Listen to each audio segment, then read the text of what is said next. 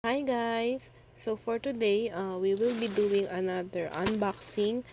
Of course, stationery haul pa din. And these are washi tapes pala. So yun. So yan, open na natin. We just remove the packaging first. Na-receive ko to kanina lang.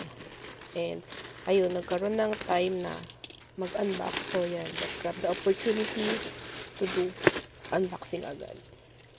Although meron pa ako mga pending na for unboxing. Unahin muna lang natin ito. So yan. Let's remove it. Ay, sorry guys. And again, these are all washi tapes guys. So yan guys. Washi tapes. Ayan, konti na lang. So you can see. I think these are new releases na washi tapes. So, here. So, let's remove the plastic. I'll show it to you one by one. Ay, paano ba ito? Ay, ito pala. Sorry guys. Sorry na. So, here it is. Here it is. Wait, may tape pa pala. Ayun. So, unahin ko na to, itong meatball washi, kasi ito lang yung naiiba sa lahat. So, this is latest release. So, I bought it for $4.50. So, yan. This is 5 meters naman, guys. Sulit siya for $4.50 kasi makapal to. Wait, pakita ko sa inyo. So, yan siya, guys. Ito, oh. Makapal siya compare sa mga ordinary na washi. So, yan. Ito yung meatball. So, next natin. Ito mga ano to, telado. I think latest release din to. Tape siya. Washi tape pero cut out.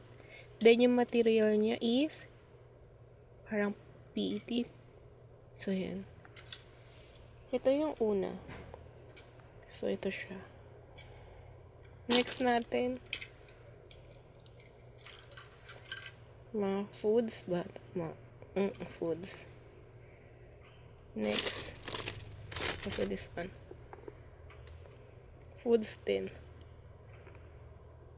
Naka-cut out na yan guys. Ayan. Mga foods. Next. Foods din to.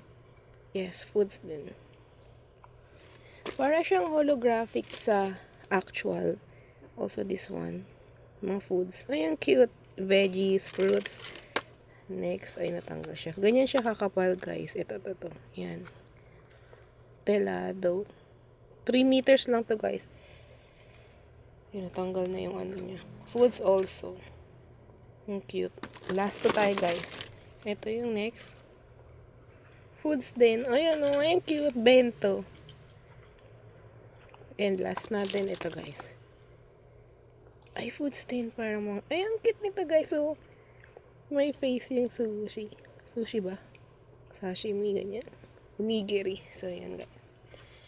So, that's it for today's video, guys. Thank you for watching. And don't forget to like and subscribe for more stationery haul unboxing videos. Bye, guys. Thank you.